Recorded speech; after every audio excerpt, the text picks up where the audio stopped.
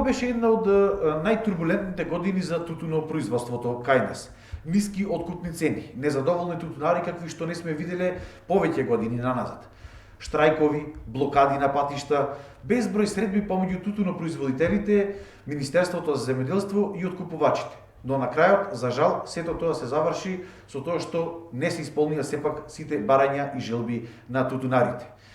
За тоа како помина целата оваа реколта, денеска двајца мои соговорници, Игор Мирчевски и Еџевит Ајдаровски од новоформираните Сдруженија на тутунопроизводителите, кои што се формираат токму поради ова незадоволство на тутунарите, кое што трае буквално преку целата година, односно од почетокот на откупот на тутунот па се до неговото завршување.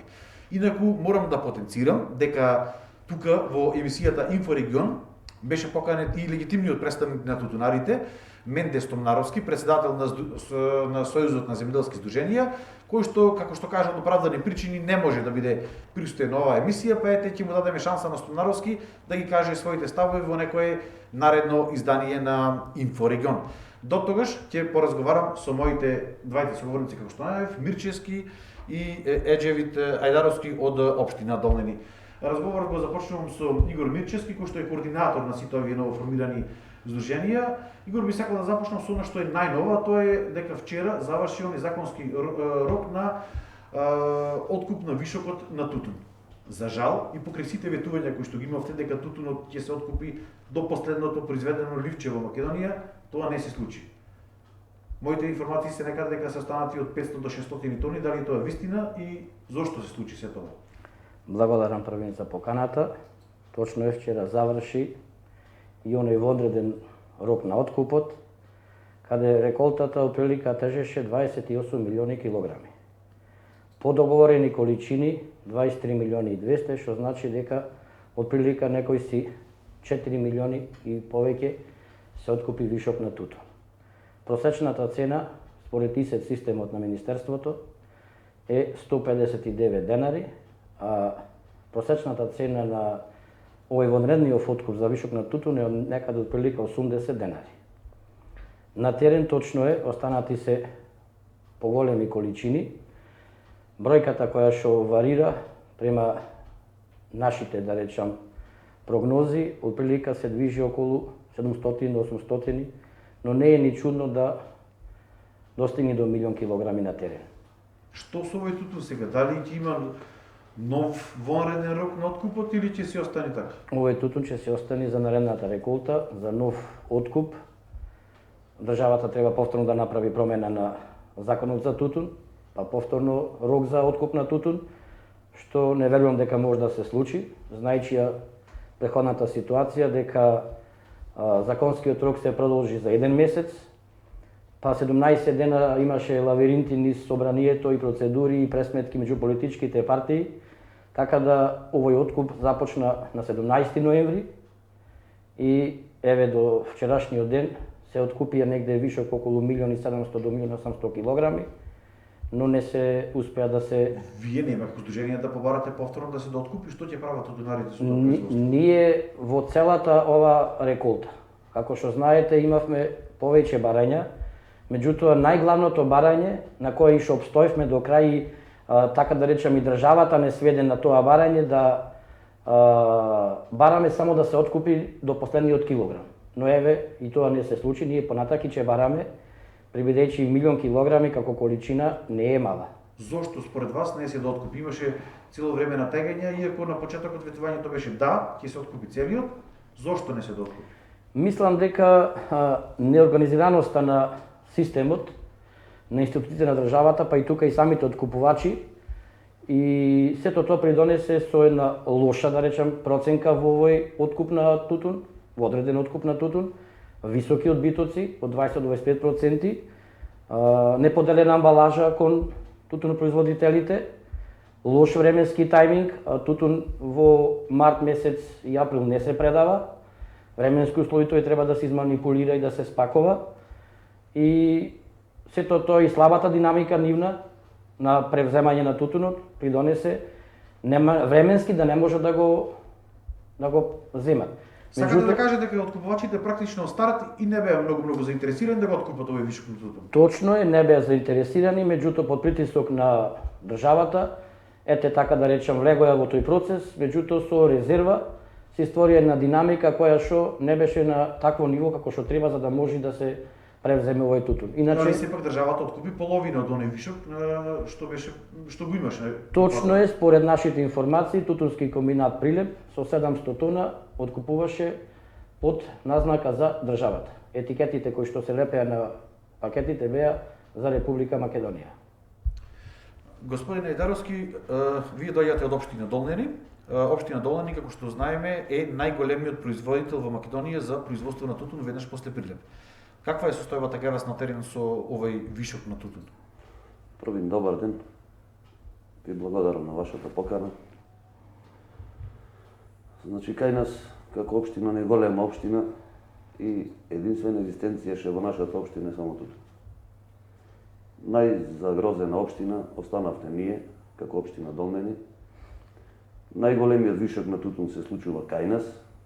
Го нарекуваат тие како вишок, но вишок не е. Вишок ни направија самите откупувачи и се води во случајов како вишок. Се случи да имат и продолжување на откупот и со тоа продолжување на откупот од 1 март, без застој, значи требаше да се продолжи откупот, тие го започнаа од 17 март. Во рок од 2 недели, истата динамика се почна сите да се терат, со ограничени ваги од 4 или 5 тона дневно повише не откупуват, така да тој тутун си остана. Најголемиот проблем кај што се случуваат кај нас тутунопроизводителите е амбалажот. Додека ние не го спакуваме на време, сега во март или април месец ние не можеме да пакуваме. Или поточно кажано, како тие нас да натерат да речеме во декември да правиме расаделеј. Колку имате сега останато вишок на тутун во општина Долнени?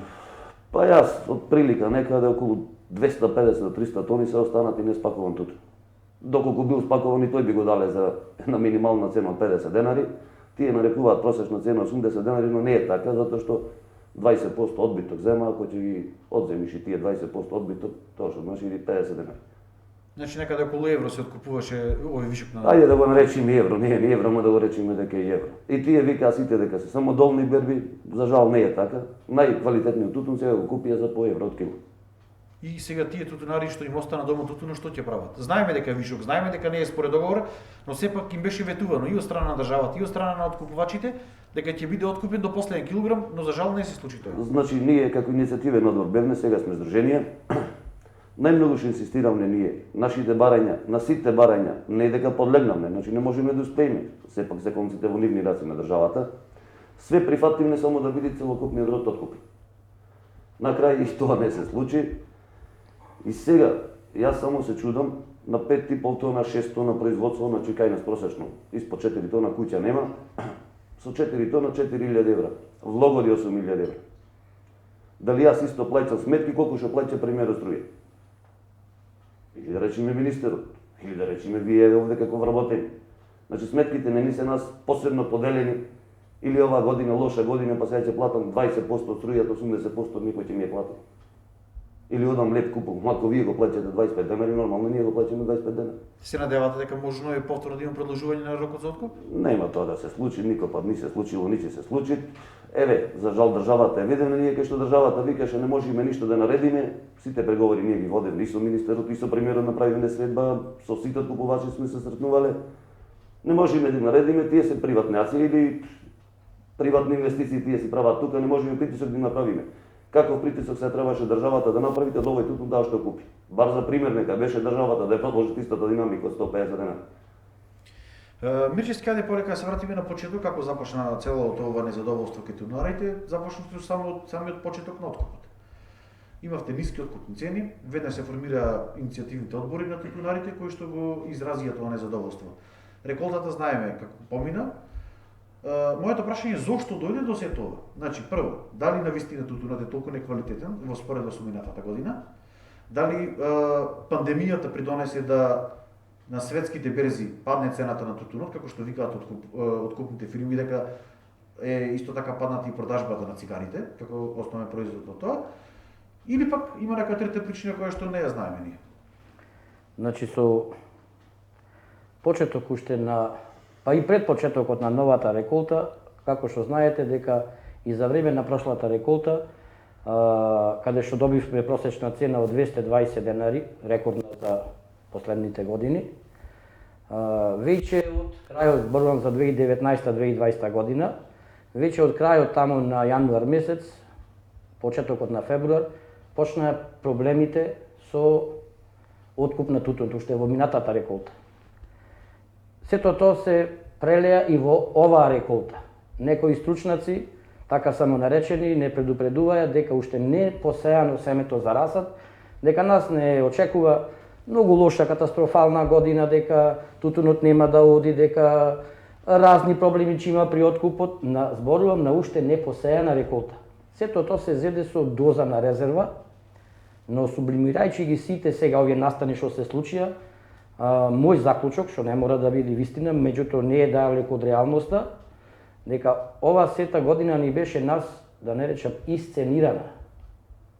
Точно е дека имавме еден дожлив период, поготово овој Прилепски дел, да речам, Пелагонискиот регион, каде што стварно паднаја енормни количини на врнежи, придонесе да еден дел од бербите добија лош квалитет, но тоа не значи дека останатите берби дека се со лош квалитет. Да, се сложувам со откупувачите. Една берба кај некој, втората рака кај некој над подбирот, да речам, и подбирот се добија лош квалитет, меѓутоа останатите раце, ние како што знаете, имавме одличен временски период и тутунот се збираше, па да не речам, до 25 октомври. Добро е. Сушен период кај што стварно си доби тутуно на квалитет. Минатата година беше 220 просечна цена, ве прашање до двајцата. Колку требаше според вас да биде оваа година? Испод 200 денари. Да. Минимално, значи. Не е толку лош квалитет за да биде 70% полош од минатата реколта. Према проценката нивна сега ние ако го земеме јас, примерно 4,5 тона, 2,5 тона ги даде во редовниот откуп, 2 тона ги дадев сега во вонредниот. Ако ја земеш просечната цена да е 90 денари. Со 60% лош квалитет не може да биде цела реколта.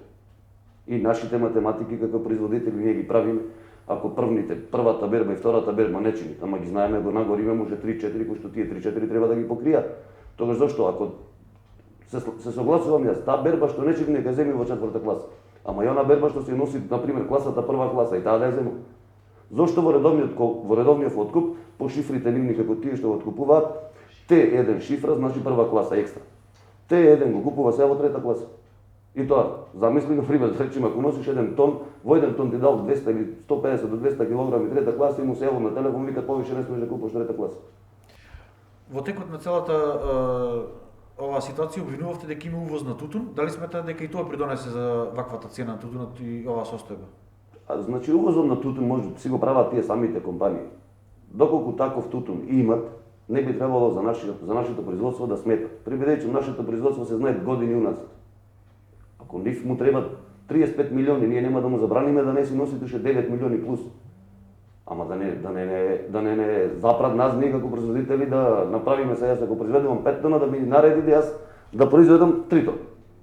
Ако сум дома 9 члени, јас како ќе поминам со тие 2,5 тона или 3 тие како што ќе ми наредат. Мирчевски, вие цело време викавте дека ова е можеби еден од најкатастрофалните откупи уназад организиран низ годините. Гледам дека и тутунарите според реакциите го поддржаа се до тоа.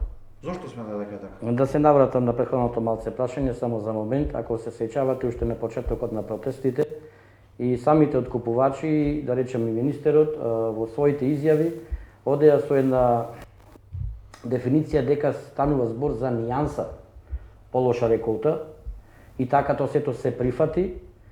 И ако тоа е точно нијансата може да биде од тие 220 кои ги имавме претходната година, може да биде 200 денари, но никако не може да биде 160 денари или сега за последниот откуп 80 денари. Од самиот старт ние увидовме дека компаниите тактизираат.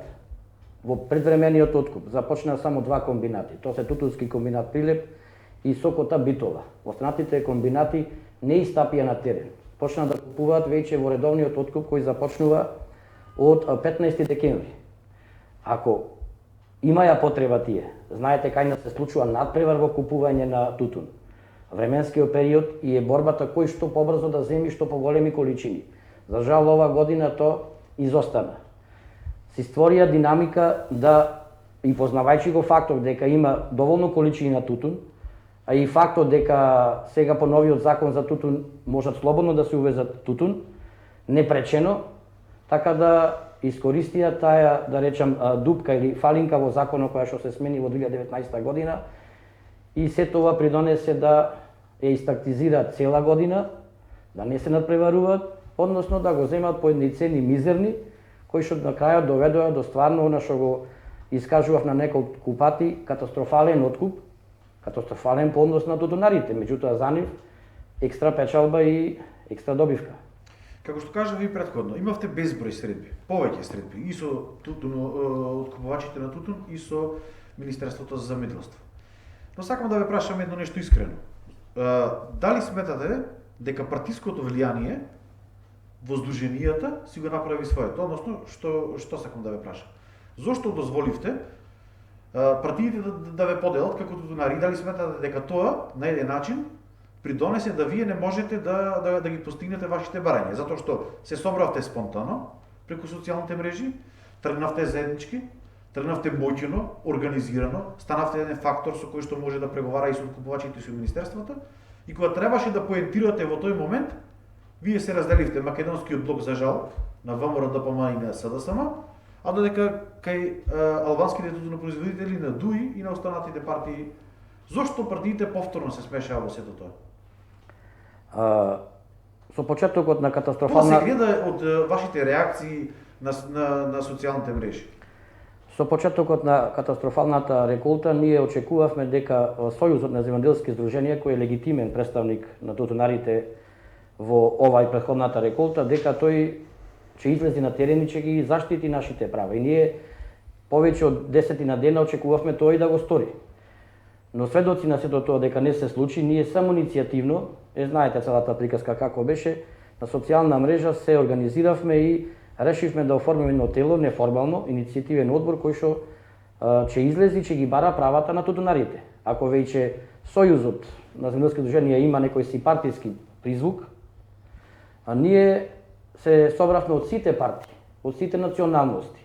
Се измешавме сите заеднички, ВМРО, СДС, ДУИ, БЕСА, од секакви партии, од секакви националности.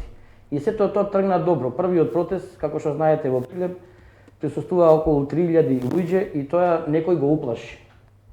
Точно е дека ние во првите неколку протести станавме фактор, меѓутоа политичките партии и од власта и од опозицијата, едната во намера да го растури овој, да речам, ова сплотеност кај иницијативниот одбор, а другата со цел што да го подржи помасовно, ние одолевме на сите предизвици.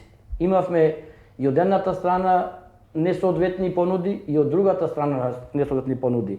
Сите тие ги одбивме. Тие што беа, да речем така, едно, да не речам ај не тутунари, туку ете така најекспонирани партиски активисти се отстранија од нашиот одбор. Останавме луѓе кои што стварно застанаја за тутунарите без политички предрасуди и без верски предрасуди. Не дека тие што се одметнаја или што се исклучија од одборот не се тутунари, исто и тие се залагаја, меѓутоа ние решивме тоа да го пресечиме, за да не може политичките партии да не уценуваат на некој начин и со вметнување на нивни активисти да не ја раздробат јадрото. Сето тоа што се случи го искористи, да не речам, ете така, власта, се раздвојна. Со крајни напори ние и до крај се обидувавме да го решиме, да речем, тој проблем, но едноставно изгубивме на сила, на полетност, на елан.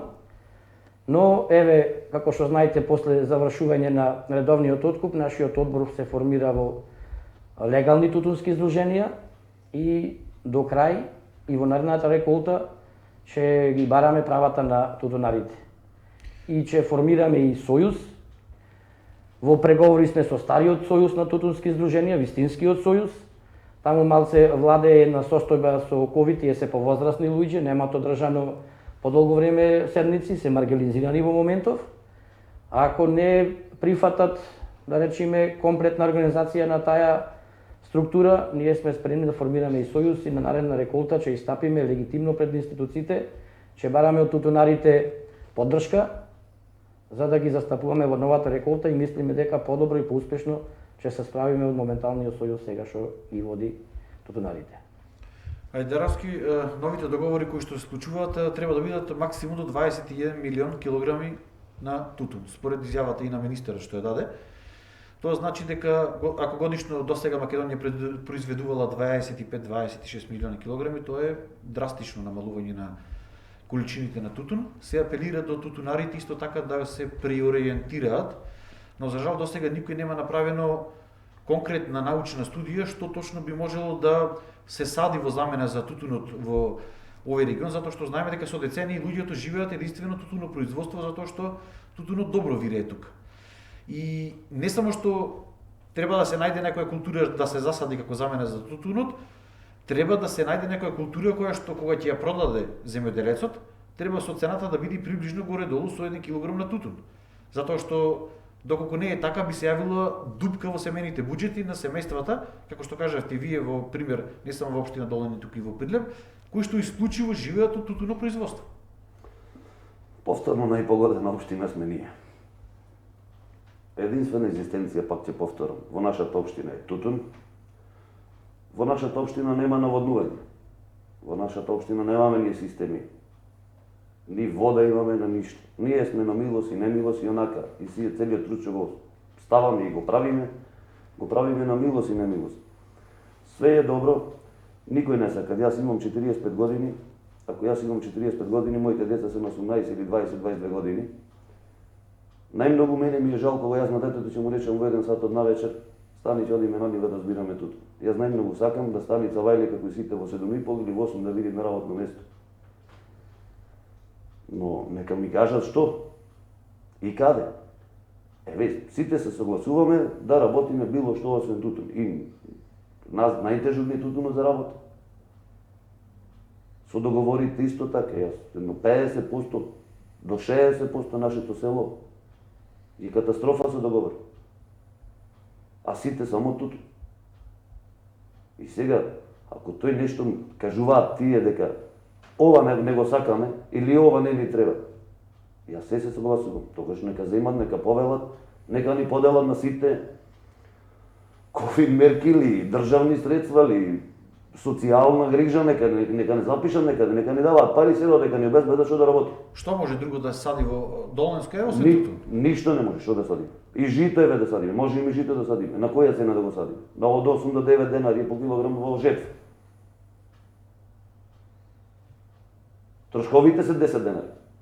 Истото и со тутунот ги имаме. Ние со влог имаме за килограм тутун да произведеме до 150 денари да не коштат. И сега како понатаму со овие намалени количини? Јас еве ќе ви кажам како, многу едноставно. Јас 3 хектари имав минатата година, ова година имам 1 хектар. И сега што правим? И јас губам и тие губат. Затоа што државата кој бенефит го прави тоа тутун? Нашите информации се околу 150 милиони годишно обрт прави тоа тутун. Тутунот го земат за 80-90 денари, завршуват редовниот откуп, цигарите ги поскапуваат за 5 денари. Како може да ходи тутунот долу, тогаш треба да дадат цигарите долу. Мирчевски, еве и прашање за двајцата за крај на емисијата за кратко. Започнува новата реколта. Дали вие како здружение имате барања кои што ќе ги упатите повторно до откупувачите и до владата и дали ќе барате некоја средба и што ќе побарате од нив? Вака, како што знаете, ние пред неколку дена како здруженија испративме официјални писма до премиерот на државата, до Министерството, до сите откупувачи, до Факултетот за земјоделски науки и катедра и тутун, до Институтот за тутун, каде што бараме да се организира на јавна трибина, каде што ќе се разработат теми тутунопроизводството сега и понатаки. Анализа на стратегијата која што владата ја донесе изминатиот месец 21-27, каде што како замена за тутун се култури како сусамот. И измени на законот за тутун да се забрани увоз на ситнолисен ориентален тутун и покачување на цените по класи, измена на правилници, се да се дојди до една, да речам, ситуација каде што ќе се ублажи ова и лош тренд на кој што се појави последнава година за незадоволство за обработка на тутун. За склучувањето на договорите вие рековте дека заврши. Склучувањето на договорите, веќе кажам еден податок, склучувањето на договорите заврши. Ние како организатори на протестите, еве сега новите здруженија, двајца од нашите членови, Флори Груевски и Джемал Назифовски, ради повикување на второстепена комисија, комбинатите не му склучија договор и покрај што министерот на една од сребрите во Прилеп јасно и гласно му кажа на откупувачите дека сите оние, впрочем и тој беше и главно барање од министерот, дека сите мора да повикуваат второстепена комисија за да се спречи овој грабеж и дека ќе мора да му склучат договор за наредна реколта.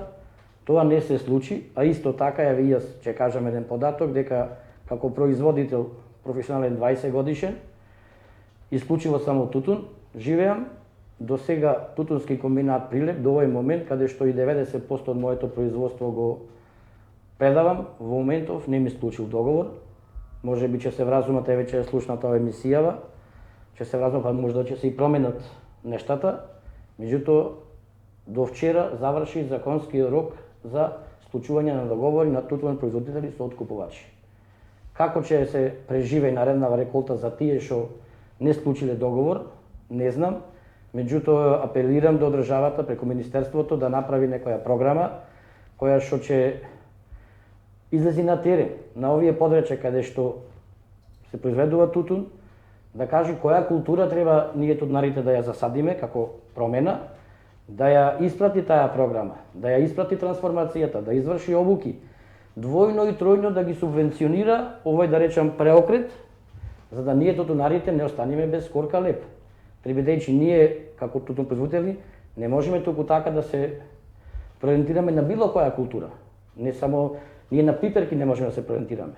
Од еве како што сега слушам, 90% од тутунарите, поучени од лошата реколта, ќе засадат површини под пипер.